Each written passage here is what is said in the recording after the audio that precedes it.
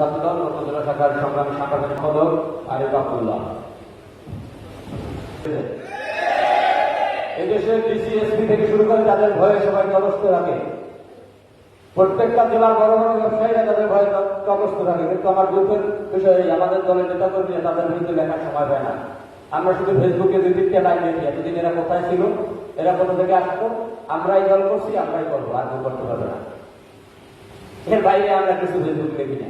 আমাদের স্বেচ্ছাসেবক দলের নেতা কর্মীরা আমাদের জায়গায় সাঁকো দেয়, আমাদের জায়গায় রাস্তা মেরামত করে, আমাদের জায়গায় রক্ত দেয়, এগুলো আমরা ফেসবুকে লিখি না। আমরা শুধু একটাই জ্বালা, এত মানুষ আসতো কেন?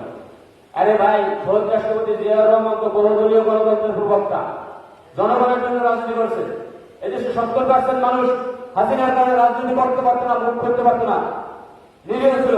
বিজেপির চালাতে যাইতে হইতো, আওয়ামী লীগের মানুষের সাথে ছবি তুলতে হইতো, ফেরানের চালাতে দিনান্ত যাইতে হইতো, আওয়ামী লীগের মানুষের সাথে ছবি তুলতে হইতো।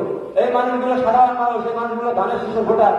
এই মানুষগুলো তারা কেউ দলের নাম ব্যবহার করে নিজেকে নেতা পর্যায়ে দিয়ে দল থেকে বিতাড়িত করতে না পারে।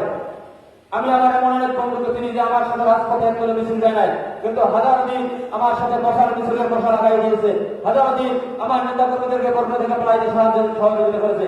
সংগ্রামী বন্ধুরা, ওই বক্তৃতা দেওয়ার সময় এখন না, আমাদের যুক্তি নির্দেশনা রাজি হওয়ার সময় থেকে আমি শুধু একটা কথা বলতে চাই, আমরা যদি ঐক্যবদ্ধ থাকি, আমরা যদি ভাইয়ের দিক নির্দেশনা